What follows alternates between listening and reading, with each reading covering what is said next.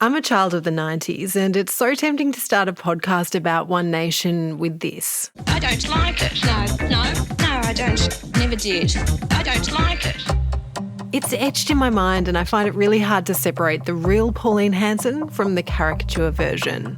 But that's selling her and One Nation short. She's not a one-dimensional character. She's a political force, and she's outlasted nearly everyone else in politics. I have 2 words for you. I'm back. That was in 2016, and I was in the press gallery in Canberra. Other than the odd story about an egregious controversy, I'd ignored her like everyone else. We thought she had no chance at the election, but how wrong we were. Leader of the One Nation Party, Pauline Hanson, looks set to return to federal politics as a senator. Pauline Hanson has used her first speech to the Senate to warn Australia is in danger of being swamped by Muslims. One Nation leader Pauline Hanson has retained her seat in the Senate, being elected for a second 6-year term. Now, a decade later, as One Nation surges in the polls, I want to go beyond the headlines, beyond the stunts, to find the real One Nation, where it's come from, how it works, and why it's becoming so popular.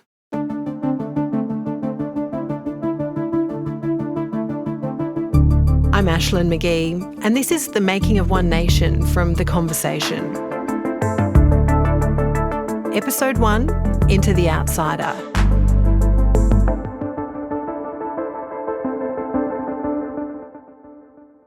Back when I was in Canberra, I'd heard of Anna Bronowski, the documentarian with the best access to Pauline Hanson's inner circle. She made an excellent film called Please Explain and then wrote the book about it. Anna, you're now a senior lecturer at the University of Sydney. Can you take me to the first time you met Pauline Hanson?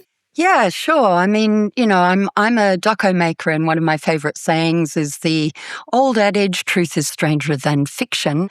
And when I first met Pauline Hanson, truth indeed was stranger than fiction. I met her over a lunch of fish and chips in Sylvania waters, and I think it was around about 2014.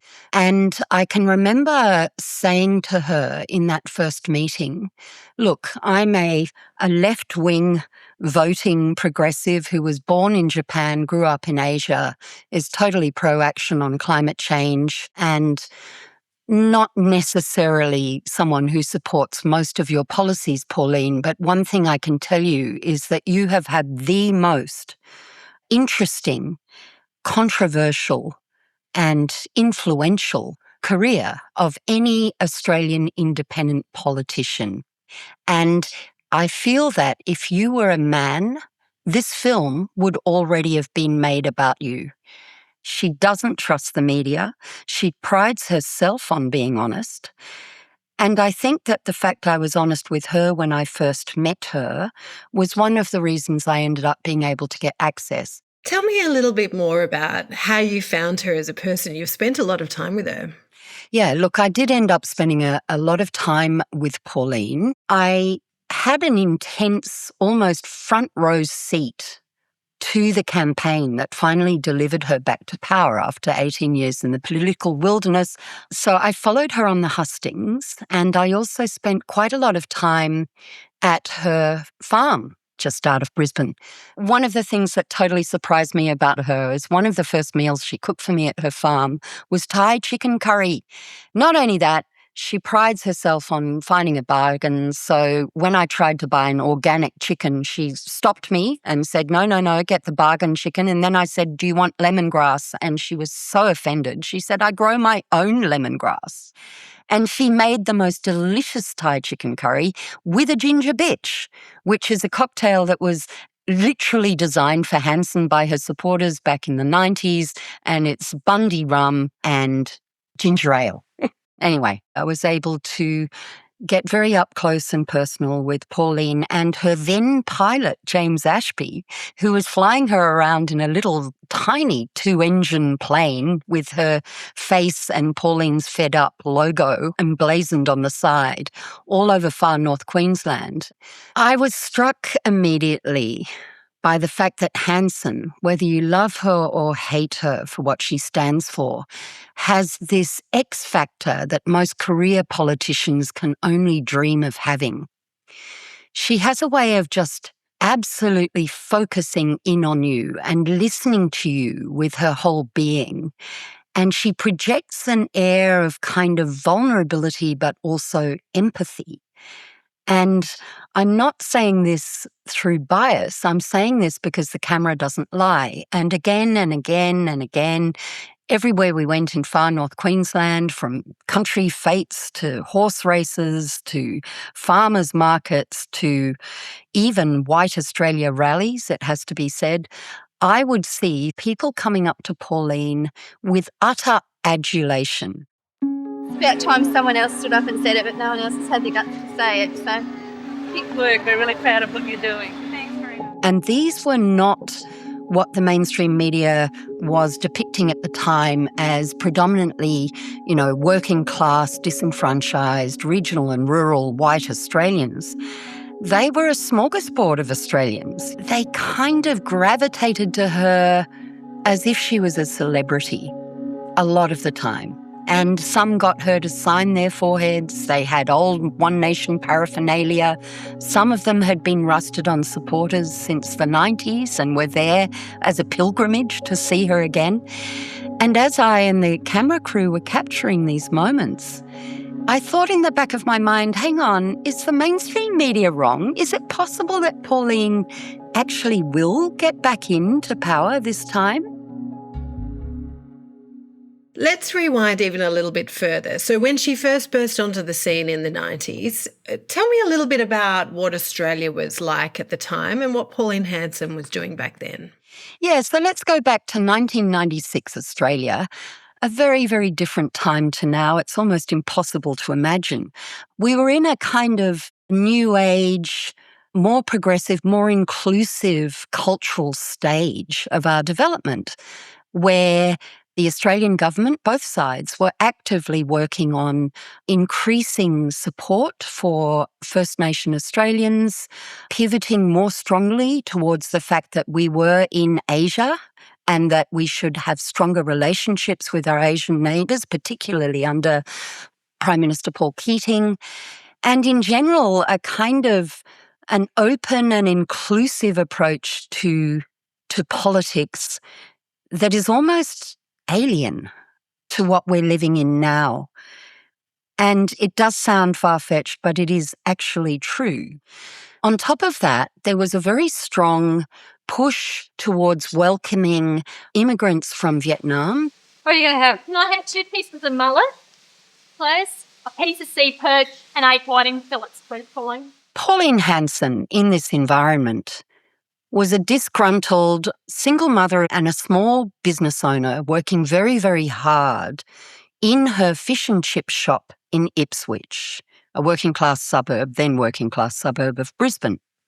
And over her counter, she was hearing all sorts of grievances about how they were feeling left behind by globalisation and were watching the jobs that they had managed to enjoy, the security they'd enjoyed for generations actually, just disappearing as Australian businesses got sold off and went offshore.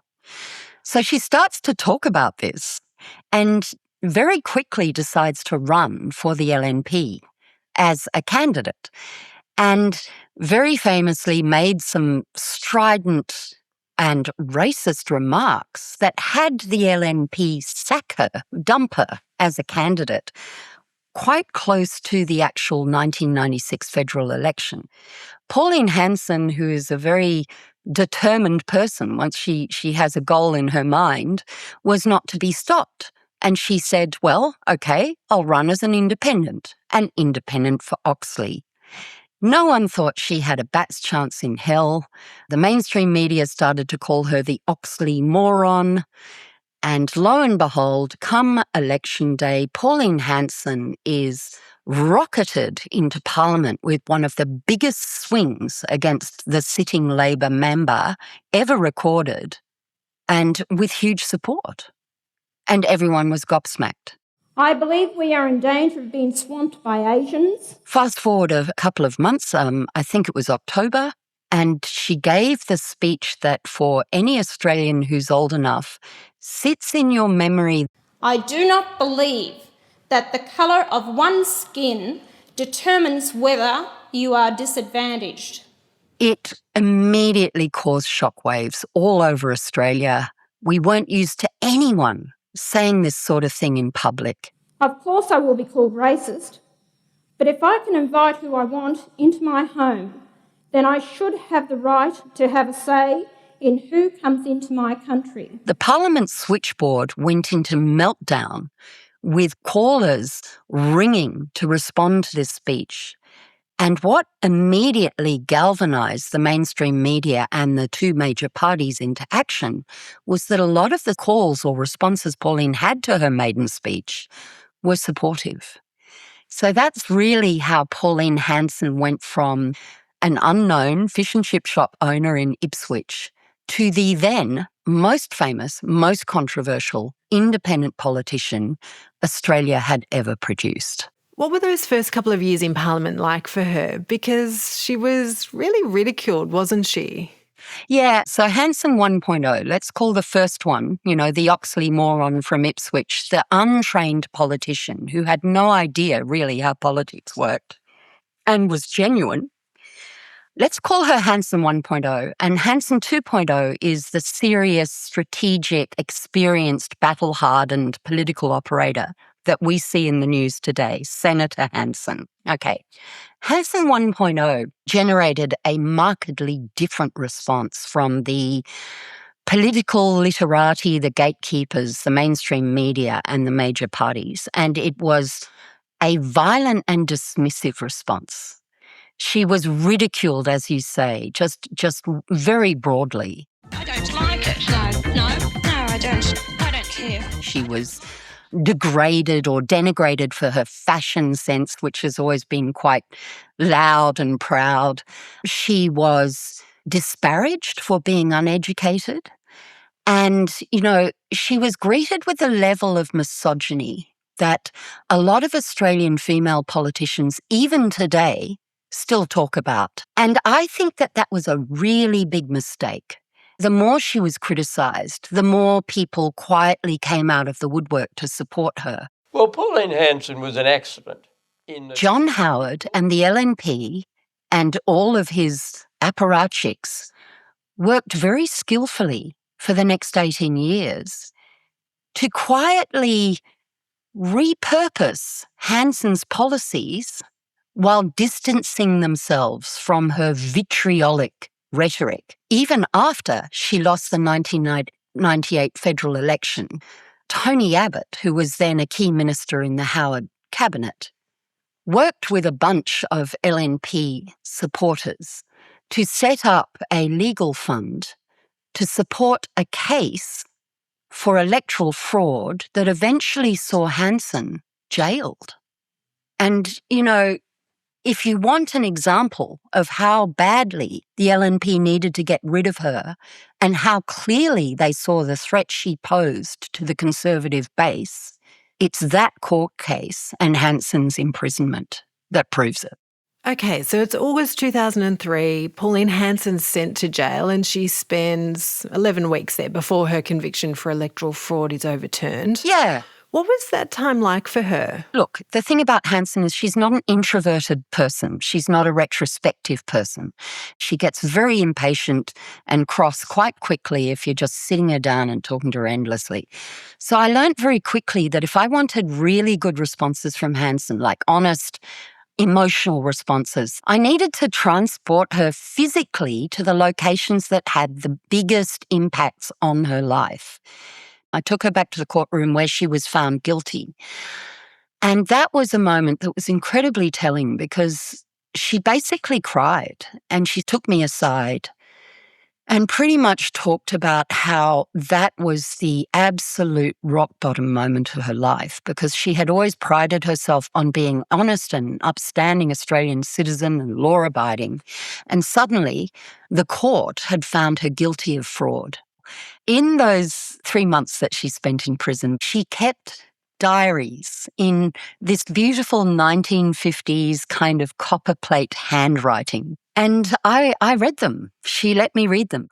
They were a glimpse, I guess, of the woman behind the facade and the humiliation and and the sense of despair that she had at first when she was jailed. There's a famous interview where she comes out of jail, you see the doors open and out she comes. It's been a very daunting, distressing time. I could never explain what's done to me. She just talks about wanting to see her family again and the simple pleasures, and she's not sure about politics for now.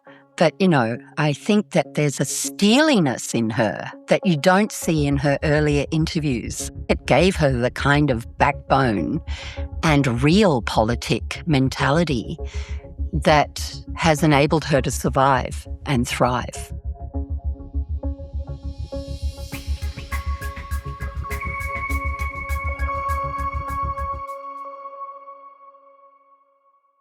I'm Gemma Ware, host of the Conversation Weekly podcast.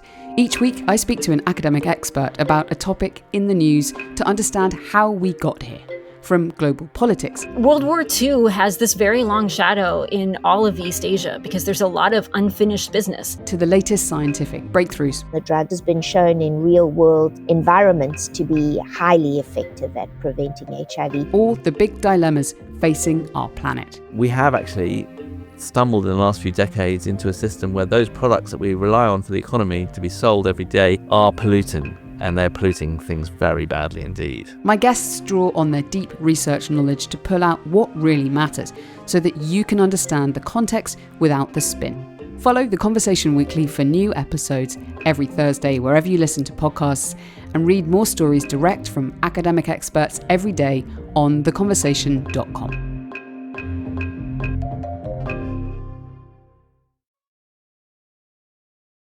Welcome back. This is The Making of One Nation from The Conversation. So, Anna, as you spend a bit more time with Pauline Hanson, you heard more about her childhood. What was it like? Yeah, so Pauline Hanson was the youngest of 5 children and the youngest girl. And although she wouldn't say this herself, from research I've done, it seems to me that she was a little bit of a favourite of her father. And she was always a firecracker. Perhaps because she was the youngest, she had to learn to stand up for herself, otherwise she wouldn't be heard. We did a very in-depth interview over 2 days in her farmhouse. And I was trying to work out what makes Pauline Pauline. And she told me a story that I think kind of symbolises the kind of politician she's become. So when she was very young and in primary school, back then in the 50s, children used to have to drink milk. Every public primary school would line up milk bottles at recess and every child had to drink it because it was a government health initiative. Now, little Pauline didn't like the milk because her school couldn't afford refrigerators, and by the time it was served to her, it was warm. And so she started to just take the milk and then hide it under a little bench. And it got to the point where there was a whole line of mouldy milk bottles that little Hanson had stacked under the bench.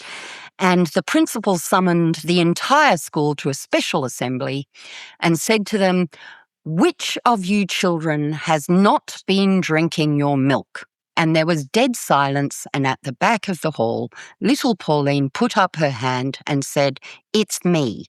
The principal then said, "Why, Miss Hanson?" She stood up and she said, "Because I don't like it and it's not fair."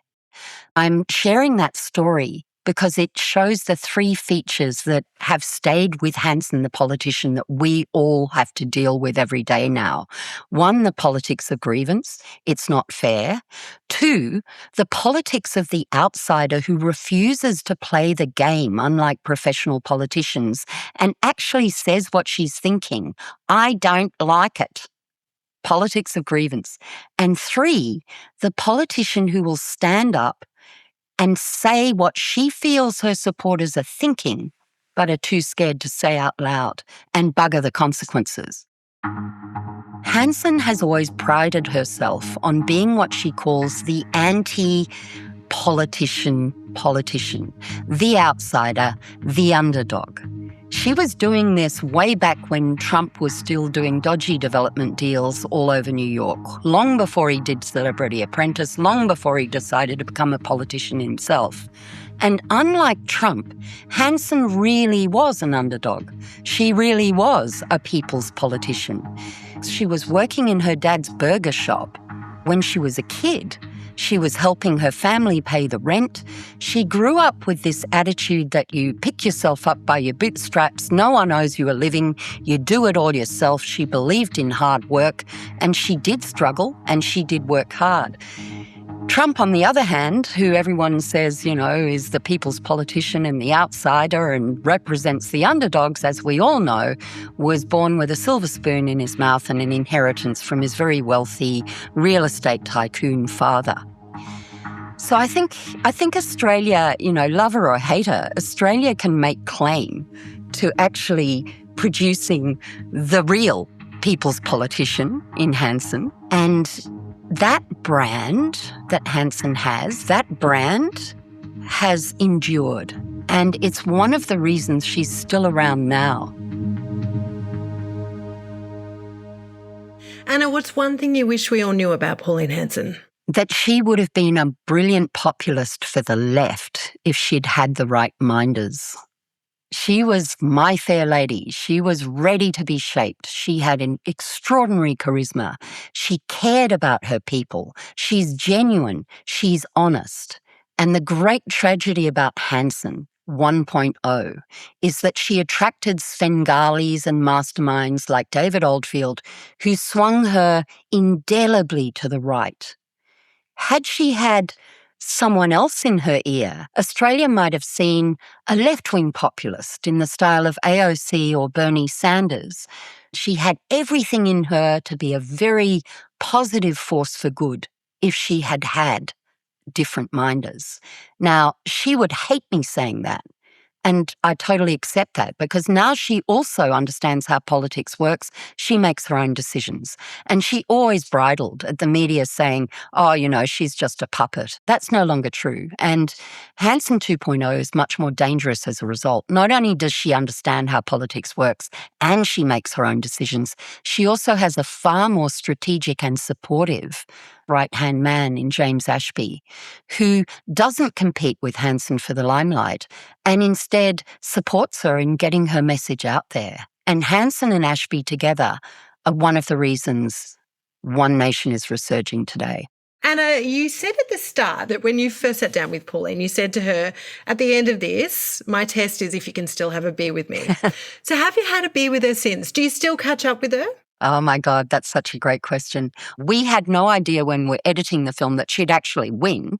So when Please Explain aired on SBS, it put SBS very unusually in the top 10 because everyone wanted to know how she did it. I rang her at about 11 o'clock at night and she answered and I said, "So, Pauline, will you still have a beer with me?"